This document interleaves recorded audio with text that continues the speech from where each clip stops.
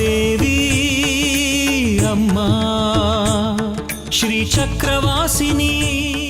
ನನ್ನಿಂದ ನಿಮ್ಗೆ ಏನಾಗಬೇಕು ಅಂತ ಹೇಳಿ, ನಾನು ನಡೆಸ್ಕೊಡ್ತೀನಿ. ನಿನ್ನ ಕೆಲಸ ಆಗಲಿ, ಆಮೇಲೆ ನನ್ನ ಕೆಲಸ. ನೀನ್ ಮಾತು ಕೊಡ್ಲೇಬಾರ್ದಾಗಿತ್ತು. ಸರಿ, ಮಾತು ಕೊಟ್ಟೆ, ಆದ್ರೆ ಹೆಚ್ಚು ಅಂದ್ರೆ ಅವ್ರು ಏನ್ ಕೇಳ್ಬೋದು? ವಿಷಯ ಏನು ಅಂತ ತಿಳಿದೆ ನಾನು ಎಲ್ಲಿಗೂ ಬರೋದಿಲ್ಲ ವಿರೂಪಾಕ್ಷ. ಅಂತೂ ನಿನ್ನ ಹಠ ನೀನು ಬಿಡೋಲ್ಲ. ಸರಿ, ಹೇಳ್ತೀನಿ ಕೇಳು. ಇನ್ನು ಶ್ರೀಚಕ್ರಕ್ಕೋಸ್ಕರ ನಾವು ಅವರಿವ್ರ ಕಾಲು ಹಿಡಿದು ಬೇಡ್ಕೊಳ್ಳೋ ಅಗತ್ಯ ಇಲ್ಲ. ಎಲ್ಲದಕ್ಕೂ ಪೂರ್ಣ ವಿರಾಮ ಇಡ್ತೀನಿ. ಅಂತಹ ಒಂದು ಅದ್ಭುತವಾದ ಯೋಜನೆ ಸಿಕ್ಕಿದೆ.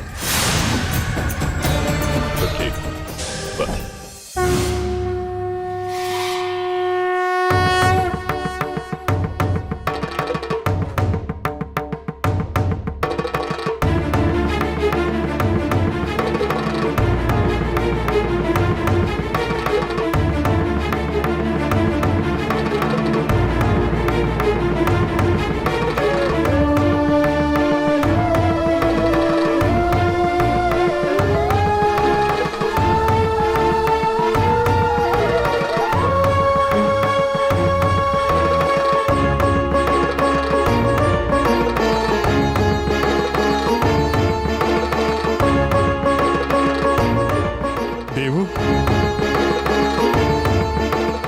ಎಷ್ಟು ದಿವಸ ಆಗಿತ್ತು ನಿನ್ನ ನೋಡಿ. ಎಲ್ಲಿಗೆ ಹೋಗಿದ್ದೆ?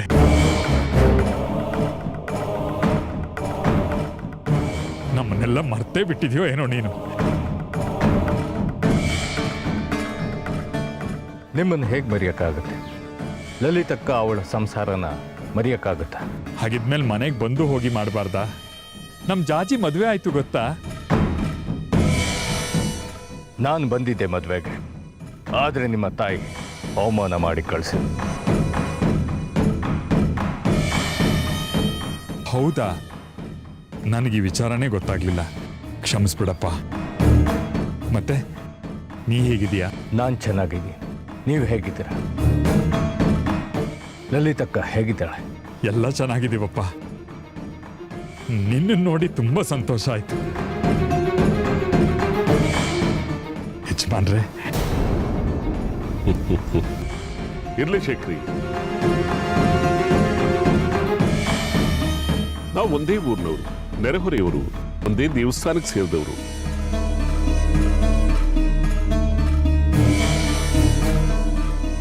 ನಾವೇ ಒಬ್ರಿಗೊಬ್ರಿಗೆ ಆಗದೆ ಇದ್ರೆ ಹೇಗೆ? ಎಲ್ಲದಕ್ಕಿಂತ ಮನುಷ್ಯತ್ವ ಬಹಳ ಮುಖ್ಯ. ನಿಮ್ದು ದೊಡ್ಡ ಮನಸ್ಸು ಯಜಮಾನ್ರೆ. ಅದಕ್ಕೆ ದೇವುನ ಹುಡುಕಿ ಕರ್ಕೊಂಡು ಬಂದಿದ್ದೀರಿ. ಮಾತು ಅಂದ್ರೆ ತಾಯಿ ಇದ್ದ ಹಾಗೆ ಶೇಖರಿ. ನಾನು ಹೇಳಿದ ಮಾತಾಗಿ ನಡ್ಕೊಂಡಿದ್ದೀನಿ. ಏನು ಮಜ್ಜಾಜಿ, ಸಂತೋಷನಾ? ನಿಮ್ಮಿಂದ ತುಂಬಾ ಉಪಕಾರ ಆಯ್ತು ಶಾಸ್ತ್ರಿಗಳೇ. ನಿಮಗೆ ಹೇಗೆ ಕೃತಜ್ಞತೆ ಹೇಳಬೇಕೋ ತಿಳಿತಿಲ್ಲ. ಉಪಕಾರದ ಮಾತು ಹಾಗಿರ್ಲಿ ಜಾಜಿ. ನೀನು ಕೊಟ್ಟ ಮಾತು ನೆನಪಿದೆ ತಾನೆ?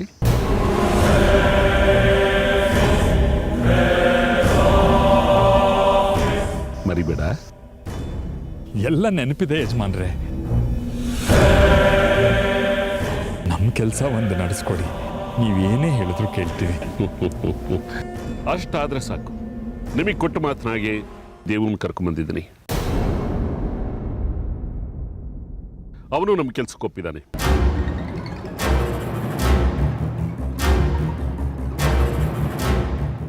ಇನ್ನು ನೀವು ನಿಮ್ಮ ವರ್ಷೆ ಬದಲಾಯಿಸೋ ಹಾಗಿಲ್ಲ, ಕೊಟ್ಟ ಮಾತಿಗೆ ತಪ್ಪೋ ಹಾಗಿಲ್ಲ. ಎಲ್ಲಾದ್ರೂ ಉಂಟಾ ಯಜಮಾನ್ರೆ? ನಾನು ಕೊಟ್ಟ ಮಾತು ತಪ್ಪಿದ್ರೆ ನನ್ನ ಬಾಯಲ್ಲಿ ಹುಳ ಬೀಳಲಿ. ನಮ್ಮ ಕೆಲಸ ಒಂದು ನೆರವೇರಿದ್ರೆ ಸಾಕು. ನನಗೂ ಅಷ್ಟೇ. ನಿಮ್ಮ ಕೆಲಸ ಆದ್ರೆ ಆಯ್ತು, ಆಮೇಲೆ ನನ್ನ ಕೆಲಸ. ನೆನಪಿದೆಯಲ್ಲ? ನೆನಪಿದೆ ಶಾಸ್ತ್ರಿಗಳೇ.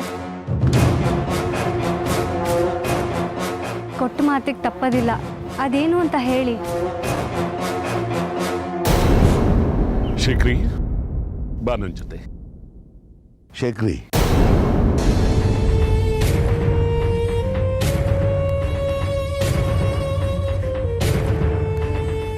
ಇವ್ರ ಜೊತೆ ನೀನು ಸ್ವಲ್ಪ ಹುಷಾರಾಗಿರಬೇಕು. ವ್ಯವಹಾರದಲ್ಲಿ ಮೊದಲೇ ಸುಮಾರು ನೀನು. ನಿನ್ನ ಜೊತೆ ನಾನು ಬರ್ತೀನಿ. ನಿನಗೆ ಸಹಾಯ ಆದರೂ ಆಗ್ಬೋದು. ಅದಕ್ಕೇನಂತೆ, ಬನ್ನಿ ದೇಶಿಕರೇ.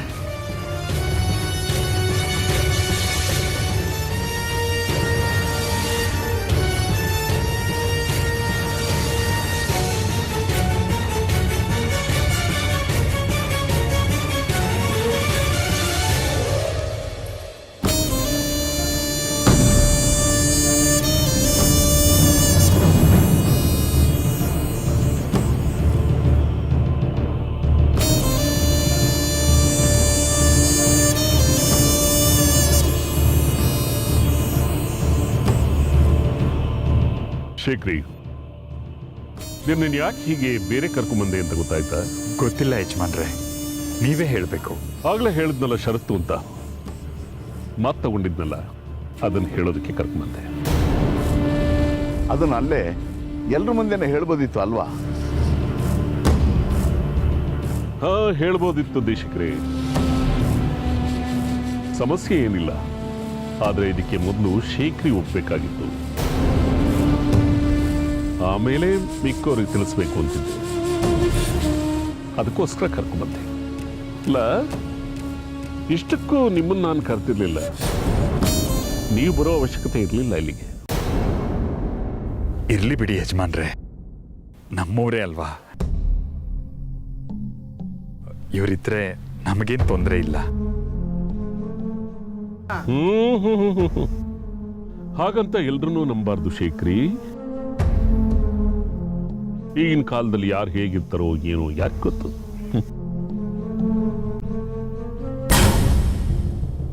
ಬಿಡು, ಇದು ನಿನ್ನ ಮನೆ ಸಮಾಚಾರ. ಅವರುಂಟು, ನೀನುಂಟು. ಈಗ ನಿನ್ನನ್ನ ಇಲ್ಲಿ ಕರ್ಕೊಂಬಂದಿರೋ ವಿಚಾರ ಏನು ಅಂತ ಅಂದ್ರೆ, ಜಾಜಿಗೂ ಬಂಗಾರಿಗೂ ಮದುವೆ ಆಗಿದೆ. ಹೌದು ಯಜಮಾನ್ರೆ, ಏನೇನೋ ಆಗಿ ಅವರಿಬ್ರು ಮದುವೆ ಆಗ್ಬೇಕಾಯ್ತು. ಈ ವಿಷಯವಾಗಿ ನಿಮಗೂ ನಾನು ನಿರಾಸೆ ಮಾಡಿದೆ. ಬಿಡು ಶೇಖರಿ, ಅದನ್ನ ನಾನು ಮರೆತು ಯಾವುದೋ ಕಾಲ. ವಿಷಯ ಅದಲ್ಲ. ಈಗ ಅವರಿಬ್ಬರಿಗೂ ಮದುವೆ ಆಗಿದೆ. ಇನ್ನೊಂದು ವರ್ಷದಲ್ಲಿ ಅವರಿಬ್ಬರಿಗೆ ಒಂದು ಮಗುವೂ ಹುಟ್ಟುತ್ತೆ. ಅದು ವಿಧಿ ಸಂಕಲ್ಪ. ಹಾಗೆ ಹುಟ್ಟುವಂಥ ಮಗುನ ನೀನು ನನಗೆ ತಂದು ಕೊಡಬೇಕು.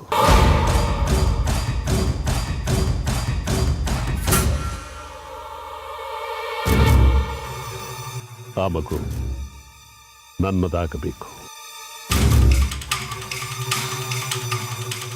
ಇದೇ ಷರತ್ತು. ಇದಕ್ಕೆ ನಿನಗೊಪ್ಪಿಗೆನಾ?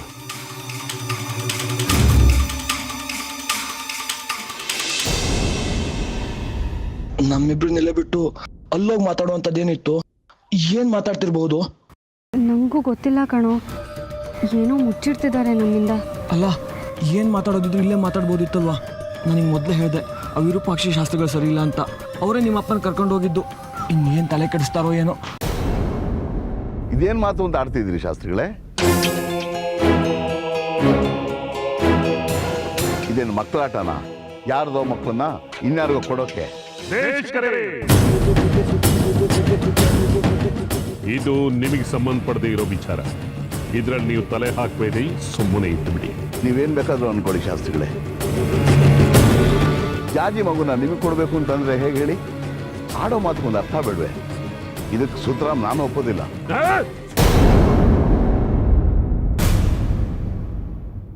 ನಿಮ್ಮ ಒಪ್ಪಿಗೆ ಯಾರಿಗೆ ಕೇಳಿದ್ದಿಲ್ಲಿ?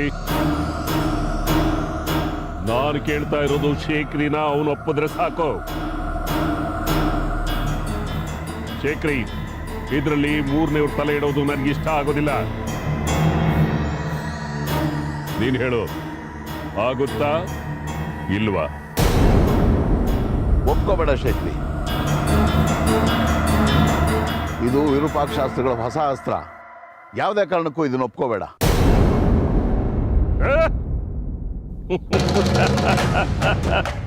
ಬೇಡ ಬಿಡ್ರಿ.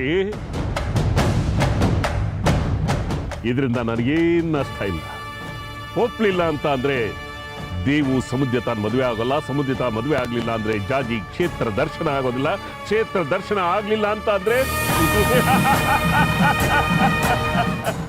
ಜಾಜಿ ಆಯುಸ್ಸು ವೃದ್ಧಿಗೆ ಇದ್ದ ಒಂದು ಅವಕಾಶನೂ ಕೂಡ ಈ ಶೇಖರಿ ಕಳ್ಕೊಳ್ತಾನೆ. ಇಲ್ಲ ಯಜಮಾನ್ರೆ, ಹಾಗಾಗಬಾರ್ದು. ನನ್ನ ಮಗಳು ಬದುಕಬೇಕು. ನನ್ನ ಮಗಳ ಪ್ರಾಣ ಮುಖ್ಯ ನನಗೆ ಯಜಮಾನ್ರೆ.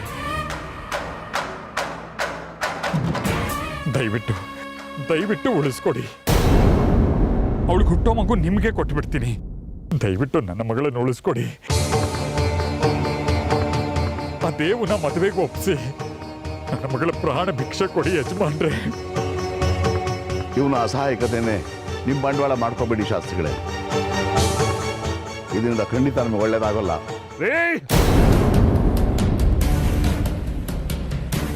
ಶೇಖರಿನೇ ಒಪ್ಪದ ಮೇಲೆ ನಿಮ್ದೇನ್ರಿ? ಶೇಖರಿ ಒಪ್ಪಿಲ್ಲ ಶಾಸ್ತ್ರಿಗಳೇ.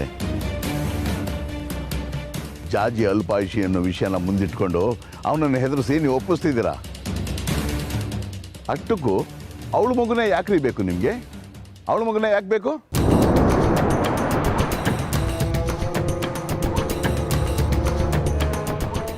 ದೇಶಕ್ರೆ, ನನ್ನ ಪರಿಸ್ಥಿತಿ ನಿಮ್ಗೆ ಗೊತ್ತಲ್ಲ. ನನ್ನ ಇಬ್ಬರು ಮಕ್ಕಳು ಒಬ್ಬೊಬ್ರು ಒಂದೊಂದು ರೀತಿ ಆಡ್ತಾ ಇದ್ದಾರೆ. ಅವ್ರಿಗೆ ನನ್ನ ವಿದ್ಯೆ ಹಂಗ ಬೇಕಾಗಿಲ್ಲ, ಆಸ್ತಿ ಹಂಗ ಬೇಕಾಗಿಲ್ಲ. ಅವರವ್ರ ದಾರಿನ ಅವರು ನೋಡ್ಕೊಂಡಿದ್ದಾರೆ. ನನ್ನ ಆಸ್ತಿ ವಿದ್ಯೆನೆಲ್ಲ ನಾನೇನು ಮಾಡಲಿ? ಅದಕ್ಕೆ ನನ್ನ ವಿದ್ಯೆನೆಲ್ಲ ಧಾರೆ ಹಿಡಿಯೋದಕ್ಕೆ ನನಗೊಂದು ಮಗು ಬೇಕು, ವಾರಸ್ದಾರ ಬೇಕು. ಅದಕ್ಕೆ ಜಾಜಿ ಬಂಗಾರಿ ಹುಟ್ಟೋ ಮಗುನೇ ನನಗೆ ಬೇಕು. ಆಯ್ತು ಯಜಮಾನ್ರೆ, ನೀವು ಹೇಳಿದಾಗೆ ಆಗ್ಲಿ. ಜಾಜಿ ಮಗು ನಾನು ನಿಮಗೆ ಒಪ್ಪಿಸ್ತೀನಿ. ದಯವಿಟ್ಟು ಮದುವೆಗೆ ಒಪ್ಪಿಸಿ ದೇವನ್ನ. ನನಗೆ ನನ್ನ ಮಗಳ ಪ್ರಾಣ ಮುಖ್ಯ. ಅದಕ್ಕಾಗಿ ನಾನು ಏನು ಬೇಕಾದರೂ ಮಾಡೋಕೆ ಸಿದ್ಧ. ಶೇಖರಿ, ನೀನು ಆ ಮಗುನ ಇವ್ರಿಗೆ ಕೊಡೋಕೆ ಹೇಗೆ ಸಾಧ್ಯ? ಅದು ಜಾಜಿ ಬಂಗಾರಿ ಮಗು, ಅದು ಅವ್ರ ಹಕ್ಕು. ನಿನಗೇನು ಹಕ್ಕಿದೆ? ಹುಟ್ಟದೇ ಇರೋ ಮಗುಗಿಂತ ಕಣ್ಣು ಮುಂದೆ ಇರೋ ಮಗಳನ್ನ ಉಳಿಸ್ಕೊಳ್ಳೋದು ನನಗೆ ಮುಖ್ಯ. ಜಾಜಿ ಬಂಗಾರಿನ ನಾನು ಒಪ್ಪಿಸ್ತೀನಿ. ಶೇಖರಿ, ಇವ್ರ ಸಂಚು ನಿನಗೆ ಅರ್ಥ ಆಗ್ತಾ ಇಲ್ಲ. ನಿನಗೆ ಅದೇನಾದ್ರೂ ಆಗಿರ್ಲಿ ದೇಶಕ್ರೆ, ನನಗೆ ನನ್ನ ಮಗಳ ಪ್ರಾಣ ಉಳಿಸ್ಕೊಳ್ಳೋದೇ ಮುಖ್ಯ. ಯಜಮಾನ್ರೆ, ಜಾಜಿಗೆ ಹುಟ್ಟೋ ಮಗುನ ನಿಮಗೆ ತಂದು ಒಪ್ಪಿಸ್ತೀನಿ. ದಯವಿಟ್ಟು ಅವಳು ಕ್ಷೇತ್ರ ದರ್ಶನ ಮಾಡೋಕೆ ಸಹಾಯ ಮಾಡಿ. ನಿಮ್ಮ ಕೈ ಮುಗಿತೀನಿ. ಹಾಗಾದ್ರೆ ನನಗೆ ಪ್ರಮಾಣ ಮಾಡು.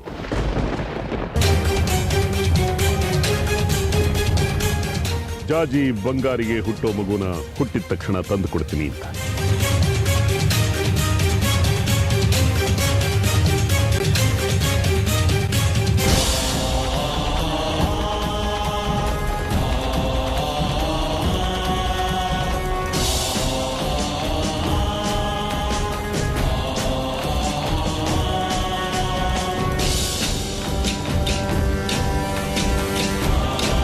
ಶೇಖರಿ, ನನ್ನ ಮಾತು ಕೇಳು.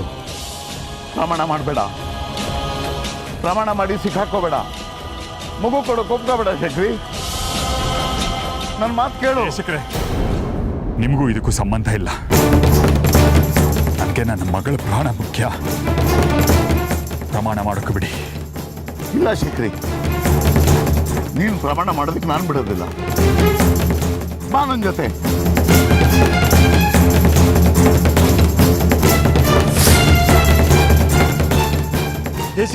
ದೇಶಕ್ರೆ ಬಿಡಿ ಕೈ. ಏನಿದು? ಏನಾಗಿದೆ ನಿಮ್ಗೆ? ಏನ್ ಮಾಡಕ್ ಹೊರಟಿದ್ದೆ ಶೇಖರಿ ನೀನು? ಎಂಥ ಪಾಪದ ಕೆಲಸ ಮಾಡಕ್ ಹೊರಟಿದ್ದೇನೋ ಅರಿವಿದ್ಯಾ ನಿನಗೆ? ಏನಾಗಿದೆ ನಿನ್ ಬುದ್ಧಿಗೆ? ತುಕ್ಕಿ ಹಿಡಿದಿದ್ಯೇನೋ? ನಾನು ಇನ್ನೇನು ಮಾಡ್ಲಿ ದೇಶಕ್ರೆ? ನನಗೆ ಬೇರೆ ಯಾವ ದಾರಿ ಇದೆ ಹೇಳಿ? ದೇವುನ ಸಮುದ್ಯದ ಮದುವೆ ಆಗ್ಬೇಕು ಅಂದ್ರೆ ಜಾಜಿ ಮಗುನ್ ಕೊಡ್ಬೇಕಂತೆ. ಜಾಜಿ ಮಗು ಕೊಡದೆ ಇದ್ರೆ ಮದುವೆ ಆಗೋಲ್ಲ. ಮದುವೆ ಆಗದೆ ಇದ್ರೆ ಕ್ಷೇತ್ರ ದರ್ಶನ ಆಗೋಲ್ಲ. ಕ್ಷೇತ್ರ ದರ್ಶನ ಆಗದೆ ಇದ್ರೆ ನಮ್ ಜಾಜಿ. ನೋಡು ಶೇಖರಿ, ಜಾಜಿ ದೈವಾಂಶ ಸಂಭೂತೆ. ಅವಳು ಮಗುನ್ನೇ ಈ ವಿರೂಪಾಕ್ಷ ಶಾಸ್ತ್ರಿಗಳು ಕೇಳ್ತಿದ್ದಾರೆ ಅಂದ್ರೆ ಸ್ವಲ್ಪ ಅರ್ಥ ಮಾಡ್ಕೋ. ಇದರಲ್ಲೇನೋ ಮರ್ಮ ಇದೆ. ಹಾಗಾಗಿ ಮಗುನ್ ಕೊಡೋದಕ್ಕೆ ಒಪ್ಕೋಬೇಡ ಶೇಖರಿ. ಜಾಜಿನ ಉಳಿಸ್ಕೊಳ್ಳೋಕೆ ಬೇರೆ ದಾರಿ ಯಾವ್ದಾದ್ರು ಇದೆಯಾ ಹುಡ್ಕೋಣ. ಅದು ಬಿಟ್ಟು ನಿಮ್ಮನೆ ಮಗುನ ಬೇರೆಯವ್ರಿಗೆ ಕೊಡೋದು ಪಾಪ ಶೇಖರಿ. ಯಾವುದು ಪಾಪ ದೇಶಕ್ರೆ? ನನ್ನ ಮಗಳ ಪ್ರಾಣನ ನಾನು ಉಳಿಸ್ಕೊಳ್ಳೋಕೆ ಪ್ರಯತ್ನ ಪಡ್ತಿರೋದು ಪಾಪದ ಕೆಲಸನ. ಇನ್ನೂ ಹುಟ್ಟದೇ ಇರೋ ಮಗು ಬಗ್ಗೆ ಅಷ್ಟು ಕಾಳಜಿ ತೋರಿಸ್ತಿರಲ್ಲ. ಅಷ್ಟು ಉದ್ದ ಬೆಳೆದಿರೋ ಮಗಳನ್ನ ಕಳ್ಕೊಳ್ಳೋಕೆ ಇನ್ನೆಷ್ಟು ನೋವಾಗ್ಬೇಡ ನನಗೆ. ಹಾಗಂತ ಅವಳ ಮಗುನ ನೀನು ಕೊಟ್ಬಿಡ್ತೀನಿ ಅನ್ನೋದಕ್ಕೆ ನಿನಗೇನು ಹಕ್ಕಿದೆ ಶೇಖರಿ? ಇದು ಅವಳ ಗಂಡನಿಗೆ ಸಂಬಂಧಿಸಿದ್ದು. ನೀನು ದುಡುಕಿ ಏನಾದರೂ ಮಾತು ಕೊಟ್ಟಿದ್ರೆ ಏನು ಗತಿ? ನೋಡಿ ದೇಶಕ್ರೆ, ನನಗೆ ಜಾಜಿನ ಉಳಿಸ್ಕೊಳ್ಳೋದು ಮುಖ್ಯ. ಜಾಜಿ ಇದ್ರೆ ತಾನೇ ಮಗು ಎಲ್ಲ. ಈ ಒಂದು ಮಗು ಹೋದ್ರೆ ಇನ್ನೊಂದು ಮಗು ಆಗುತ್ತೆ ಅವಳಿಗೆ. ಇರೋಳೊಬ್ಳು ಮಗಳು, ಅವಳೇ ಹೋಗ್ಬಿಟ್ರೆ ಮಗುನ ಶಾಸ್ತ್ರಿಗಳಿಗೆ ಕೊಟ್ಬಿಡ್ತೀನಿ. ಏನಾದರೂ ಸರಿ ನನ್ನ ಮಗಳ ಪ್ರಾಣ ಉಳಿಸ್ಕೋತೀನಿ.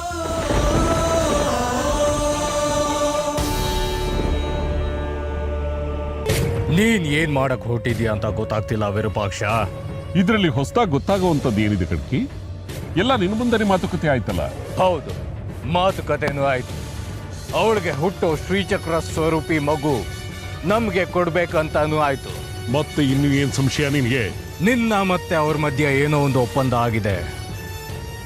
ಆ ಪ್ರಕಾರ ನೀನ್ ಅವ್ರ ಕೆಲಸ ಮಾಡಿಕೊಟ್ರೆ ಶ್ರೀಚಕ್ರ ಸ್ವರೂಪಿ ಮಗು ಅವ್ರು ನಿನ್ಗೆ ಕೊಡ್ತಾರೆ. ಹೌದು ತಾನೆ? ಹೌದು. ಹಾಗಿದ್ದ ಮೇಲೆ ನಿನ್ನಿಂದ ಅವ್ರಿಗೆ ಆಗ್ಬೇಕಾಗಿರೋ ಕೆಲಸ ಏನು ವಿರೂಪಾಕ್ಷ? ನಾನ್ ಯಾವ ಕೆಲ್ಸಕ್ಕೆ ಒಪ್ಪಿದ್ದೀನಿ ಅಂತ ಅವ್ರ ಹತ್ರ ಹೇಳ್ದೆ. ಅದೆಲ್ಲ ಹೋಗ್ತಾ ಹೋಗ್ತಾ ನಿನ್ಗೆ ಅರ್ಥ ಆಗುತ್ತೆ. ಇಲ್ಲ, ನೀನ್ ನನಗೆ ಹೇಳಲೇಬೇಕು. ಸಾಕು ಸಾಕು ಮಾಡ್ ಕಡ್ಕಿ. ಪ್ರಶ್ನೆ ಮೇಲೆ ಪ್ರಶ್ನೆ ಕೇಳ್ತಾ ಇದ್ಬೇಡ. ಈಗಾಗಲೇ ನನ್ನ ತಲೆ ಕೆಟ್ಟು ಹೋಗಿದೆ. ನಾನು ವ್ಯವಸ್ಥಿತವಾಗಿ ಶ್ರೀಚಕ್ರ ಪಡೆಯೋದಕ್ಕೆ ಏನೇನು ತಂತ್ರಗಳನ್ನ ಹೂಡಿದ್ದೋ ಅದನ್ನೆಲ್ಲ ದೇಶಕರು ಹಾಳು ಮಾಡ್ಬಿಟ್ರು. ನನ್ಗೆ ಅಡ್ಡು ಕೊಡೆಯಾಗಿ ನಿಂತು ಬಿಟ್ರು. ಇನ್ನೇನ್ ಶೇಖರಿ ಒಪ್ಕೋಬೇಕು ಅಷ್ಟರಲ್ಲಿ ತಪ್ಪಿಸ್ಬಿಟ್ರು. ಆ ತಲೆ ಬಿಸಿಲು ನಾನಿದ್ರೆ ನೀನು ಬೇರೆ.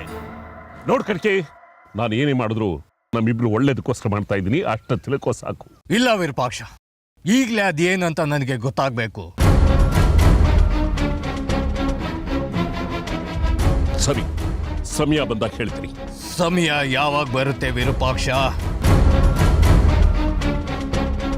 ಕಡ್ಕೆ, ಅನವಶ್ಯಕವಾಗಿ ಮಾತಾಡಿ ನನ್ನ ತಲೆ ತಿನ್ನಬೇಡ. ಶೇಖರಿ ಜಾಜಿ ಮಗುನ್ ಕೊಡ್ತೀನಿ ಅಂತ ಹೇಳಿದಾರೆ, ಹಾಗಂತ ಪ್ರಮಾಣನು ಮಾಡ್ತಾರೆ. ಅದ್ ಹೇಗೆ ಪ್ರಮಾಣ ಮಾಡಿಸ್ಕೋಬೇಕು ಅದ್ರ ಬಗ್ಗೆ ಯೋಚನೆ ಮಾಡು. ಗಾಯನ ಕೆರೆದು ಹುಣ್ಣು ಮಾಡ್ಕೋಬೇಡ, ಅದು ಒಳ್ಳೇದಲ್ಲ.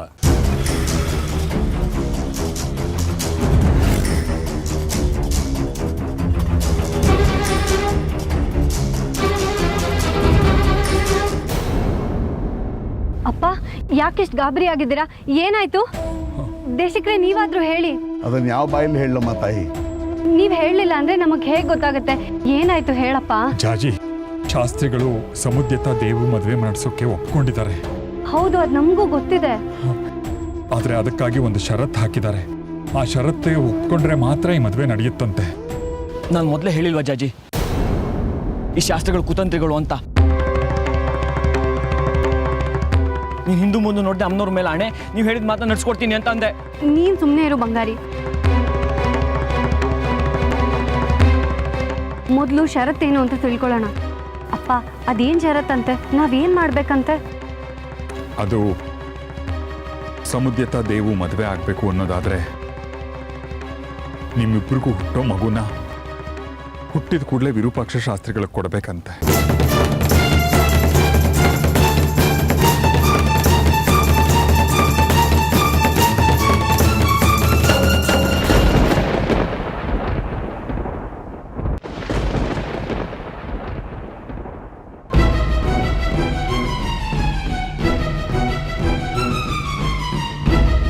ಕ್ಷೇತ್ರ ದರ್ಶನ ಆಗಬೇಕು ಅಂದ್ರೆ ಈ ಕೆಲಸ ಮಾಡಲೇಬೇಕು. ಅದಕ್ಕೆ ನೀವೇನಂದ್ರಿ ಅಪ್ಪ? ಇವನು ಒಪ್ಪೋಕೆ ನಾನು ಬಿಡ್ಲಿಲ್ಲಮ್ಮ, ಕರ್ಕೊಂಡು ಬಂದ್ಬಿಟ್ಟೆ.